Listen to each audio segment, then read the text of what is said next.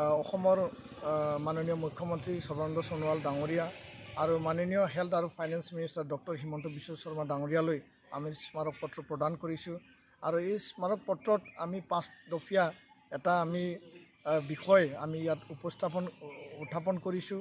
আৰু এই 5 দফীয়াত প্ৰথমটো আমি ইয়াত লিপিবদ্ধ কৰিছোঁ যে ফকৰুদ্দিন আলী আহমেদ মেডিকেল আৰু হস্পিটাল বৰপেটা, লগতে তেজপুৰ মেডিকেল হস্পিটাল তেজপুৰ, আৰু অসমত যিমানখিনি মেডিকেল আৰু হেল্থ হস্পিটাল আছে এই গোটেই মেডিকেল কলেজ আৰু হস্পিটালবিলাকক পূৰ্ণাংগ পৰ্যায়ত কৰোণা হস্পিটাল হিচাপে আপগ্ৰেড কৰিব লাগে। দ্বিতীয়তে আমি দাবী জনাইছোঁ যে L&T হস্পিটাল নামেৰে মাননীয় হেল্থ মিনিষ্টাৰে যি ইয়াত স্থাপন কৰাৰ কাৰণে যি যোজা চলাইছে, ইয়াত BTRত যিখিনি জিলা আছে কোকৰাঝাৰ, চিৰাং, বাক্সা, ওদালগুৰি, লগতে শোণিতপুৰ, বিশ্বনাথ আৰু গোটেই অসমত যি জিলাবিলাকত সেই L&T হস্পিটাল স্থাপন কৰাৰ কাৰণে আমি ইয়াত দাঙি ধৰিছোঁ। তৃতীয়ত আমি লিখিছোঁ যে যিখিনি আমাৰ মডেল আৰু চিভিল হস্পিটাল আছে জিলা পৰ্যায়ত, ইয়াত ছাফিচিয়েণ্ট ICUৰ ৱাৰ্ড বঢ়াব লাগে আৰু এডভান্স লেব কৰোণা টেষ্টিঙৰ কাৰণে তাত স্থাপন কৰিব লাগে।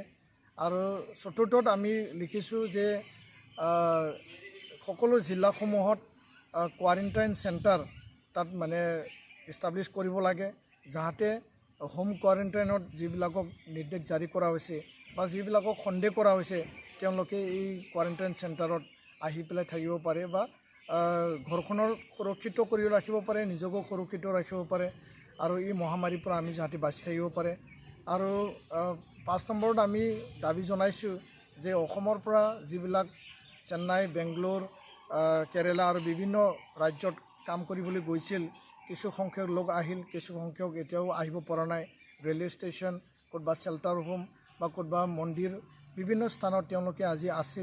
সেই মানুহবিলাকে খাদ্য সামগ্ৰীৰ পৰা লৈ পেলাই বিভিন্ন সমস্যাত তেওঁলোকে ভুগিছে আৰু ইয়াৰ কাৰণে অসম চৰকাৰে বিশেষ এটা পদক্ষেপ লৈ পেলাই তেওঁলোকক আনাৰ কাৰণে ব্যৱস্থা কৰিব লাগে। আৰু তেওঁলোকক যিমান দিনলৈকে তাত থাকিব এই লকডাউনৰ সময়ত তেওঁলোকে যাতে তাত খাদ্য সামগ্ৰী পায়, সেই ৰাজ্যৰ চৰকাৰৰ লগত তেওঁলোকে যাতে বিশেষ এটা ব্যৱস্থা লৈ পেলাই তেওঁলোকক সহায় কৰে, তাৰ কাৰণে আমি অসম চৰকাৰক এই 5 দফীয়া দাবী লৈ পেলাই বা বিষয় লৈ পেলাই আমি স্মাৰক পত্ৰ আমি প্ৰদান কৰিছোঁ।